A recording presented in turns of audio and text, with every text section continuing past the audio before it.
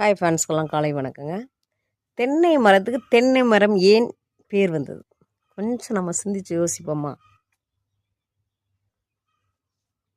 தென்னங்காய் எல்லாத்துக்கும் எல்லா சிந்தனையும் வரும். எனக்கு ஒரு சிந்தனை வந்துச்சு, தென்னை மரம் ஏன் வேறு பேர் வச்சுருக்கலாமே?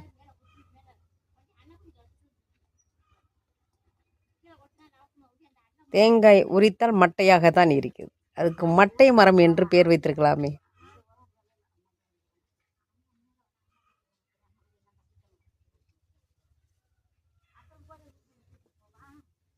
எனக்காக ஒரு திங்கிங் பிடிச்ச லைக் பண்ணுங்கள். ஓகே, எல்லாருக்கும் ஒவ்வொரு சிந்தனைகள் வரும். இருந்தாலும் எனக்கு ஒரு தட்டு. ஒவ்வொரு காயும் யோசித்து பார்த்தோம். ஏன் கொய்யா காயின்னு வச்சுருக்காங்க? ஏன் வேறு பேர் வைத்திருக்கலாமே? எப்படி இந்த கொய்யாக்கான்னு பேர் வைத்தாங்க? இது யார் சொன்னது? எப்படின்லாம் பல சிந்தனைகள்லாம் தோன்றுறது. எல்லாமே முரண்பாடாக தான் இருக்குது பேர்கள் எல்லாமே. செம்பருத்தி அந்த மாதிரி இதெல்லாம் யார் முன்னோர்கள் இப்படி இந்த பெயரை சூட்டினார்கள் என்பது நிறைய திங்கிங் இருக்குது. அவர்களுக்கு எப்படி தெரியும்?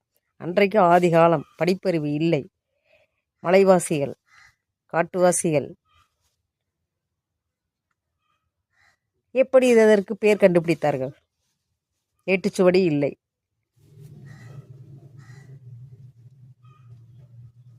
காலப்போக்கில் ஏதோ சொன்னதை வச்சு இதை நம்ம ஃபாலோ பண்ணிகிட்ருக்கோம்னு நினைக்கிறேன். அப்படி தானே?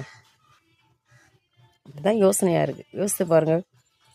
அந்த காலத்தில் படிப்பறிவு இல்லை, பழங்குடியினர், காட்டுவாசி, மலைவாசிகள், இப்படி வந்த நடைமுறைகள் வந்த மரங்கள் தான் இதெல்லாம். இதுக்கு யார் பெயர் சூட்டினார்கள்?